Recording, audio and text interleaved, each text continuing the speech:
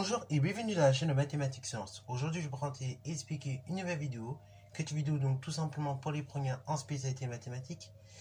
Et dans cette vidéo pour les premiers en spécialité mathématiques, ici, je vous propose de voir un aspect plutôt graphique de la dérivation. Ok? Donc, on a vu les tangentes dans le précédent chapitre. On a vu un petit peu concrètement comment on pouvait déterminer l'équation directe, une équation donc de tangente. Le coefficient directeur de la tangente qui correspond au nombre dérivé de f en a. Mais quelque chose que je voulais vous montrer également ici dans cette vidéo et qu'on ne montre pas suffisamment, je trouve, quand on aborde le chapitre des applications de la dérivation, c'est à quel point finalement cet outil permet vraiment d'associer des courbes. Alors voilà l'exercice qui est juste devant moi. Alors je vous avoue que on me l'avait donné à faire et j'ai regardé et je me suis dit finalement il est très intéressant parce que c'est rare qu'on vous donne des exercices comme ça.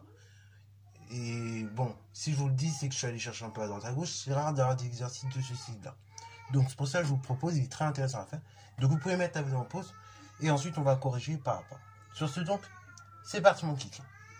Alors là, dans cette vidéo, il n'y aura pas, dans cet exercice même, il n'y aura pas spécialement de calcul à faire, mais juste de comprendre vraiment ce qu'on fait finalement. Ok, il faut juste bien comprendre. Et ça vous montre, si vous avez bien compris tout ce qui concerne études de variation, dérivées, tout ça. Donc ici, on dit qu'on a représenté ci-dessous la courbe représentative d'une fonction dérivable qui se nomme f sur l'intervalle moins 2,5, 3. Okay. Parmi les courbes représentatives ci-dessous, l'une représente la dérivée de f et une autre une fonction g, dérivable également sur cet intervalle moins 2,5, 3, vérifiant la relation suivante, g' égale f. Okay. Donc du coup, on va répondre dans un premier temps. On va chercher justement la courbe qui représente la dérivée de f. Ok. Donc on note f'. Et l'autre qui vérifie g' de f, égale f. Ok. Alors, du coup, pour trouver la courbe de la dérivée, comment je vais m'en sortir? Justement, on va toujours utiliser cette propriété. Vous vous rappelez, au début du chapitre, je vous ai un petit peu bombardé, harcelé avec ces propriétés. On avait passé 2 minutes à les comprendre. Mais donc, je vais vous les rafficher juste là. On a dit quoi? On a dit que lorsqu'on avait une fonction décroissante. Donc là, je vous l'ai dit dans le sens de la réciproque. Quand on a une fonction décroissante, ça veut dire quoi? Ça veut dire que j'ai une dérivée qui est négative. Quand j'ai une fonction qui est croissante, la dérivée est positive. Et quand j'ai une fonction finalement constante, la dérivée est nulle. Voilà. Donc en fait, on regarde. Là, je vais regarder les variations de f.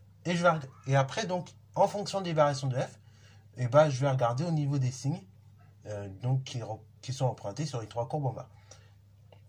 Du coup, je regarde au niveau des variations. Donc là, je regarde. Là, juste, j'utilise mes yeux. Donc, je vais essayer de vous le laisser afficher pour que ce soit très intéressant pour vous aussi de suivre. Donc, on regarde juste avec les yeux. Donc, avec les yeux, qu'est-ce que je vois? Je vois finalement que la fonction, elle est croissante.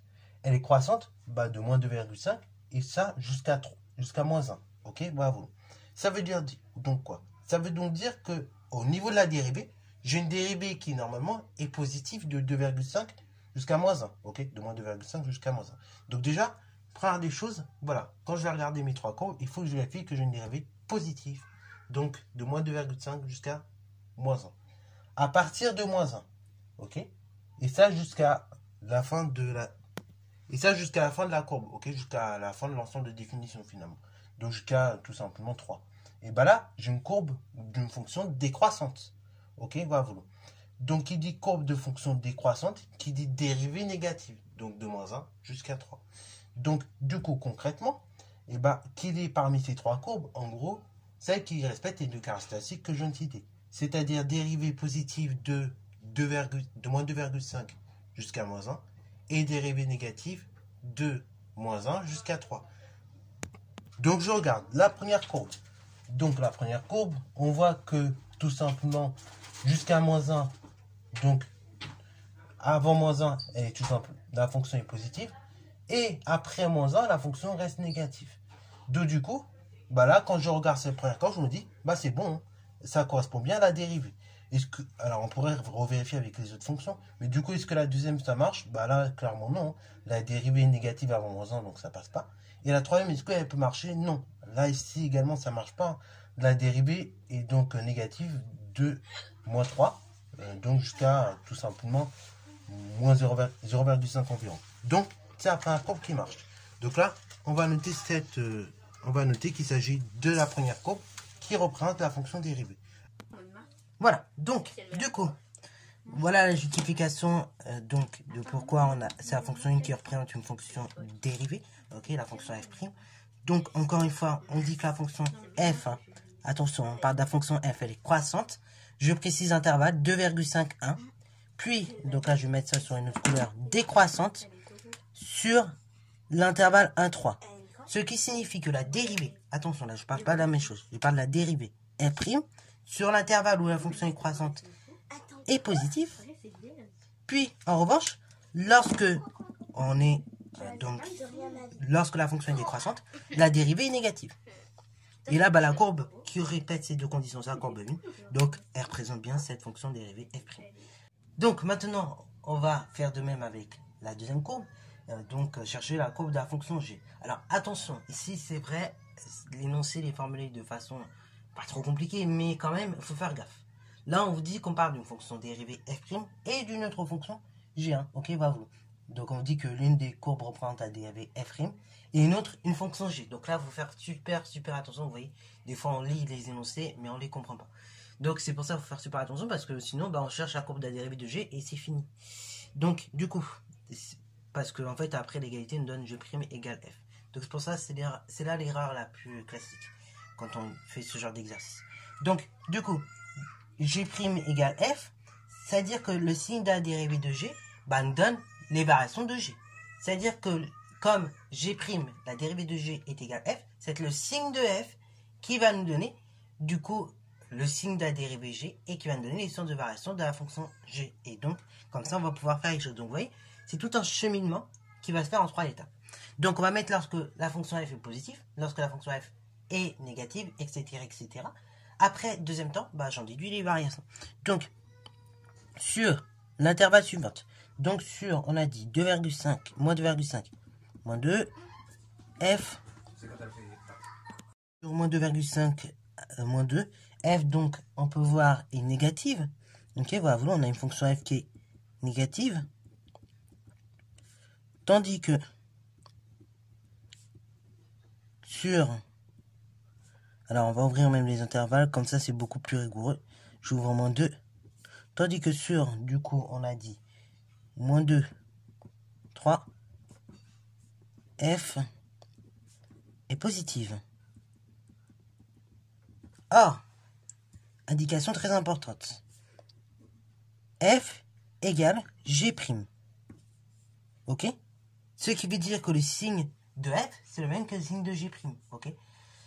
Ainsi, de ce fait, sur moins 2,5, moins 2, g est strictement décroissante. Et donc, notre sur moins 2, 3, g est strictement donc croissante. Ok? Après, donc, une fois que j'ai établi ces deux éléments-là, donc, que sur moins 2,5, moins 2, on a une fonction qui décroît, parce que du coup, on a une fonction g qui décroît, puisque la dérivée, donc g' qui est égale à f, est négative, et que tout simplement, donc, sur moins 2 piles jusqu'à 3, on a une dérivée qui est positive, ok, puisque f est égal à g'. Dans ce cas-là, ça veut dire que la fonction, elle va être décroissante de moins 2,5 jusqu'à 2, puis recroissante de moins 2 jusqu'à 3. Ok. Donc, et la courbe qui va justement vérifier ces conditions-là, il s'agit de la courbe numéro 3. Ok. On voit qu'on a une décroissance qui commence en moins 2,5, même voire avant. Et une fois qu'on arrive en moins 2, cette décroissance s'arrête et donc on a une croissance, cette fois-ci, de moins 2 jusqu'à 3. Ok. Voilà. Donc, la courbe vérifiant ses propriétés, ou bien ses conditions, c'est la même chose. Et la troisième courbe, donc on peut dire, elle représente la fonction g. Donc là, voilà. Attention sur ce genre d'exercice, à bien justifier vos réponses, déjà.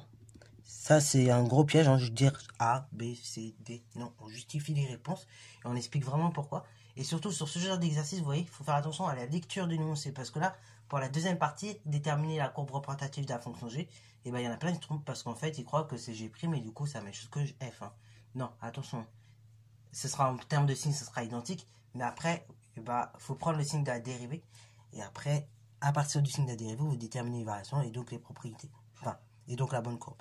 Voilà. Donc sur ce, c'est la fin de cette vidéo. J'espère qu'elle t'a plu. Si c'est le cas, comme d'habitude, n'hésite pas à la liker, commenter et bon, c'est à toi en mathématiques et en sciences.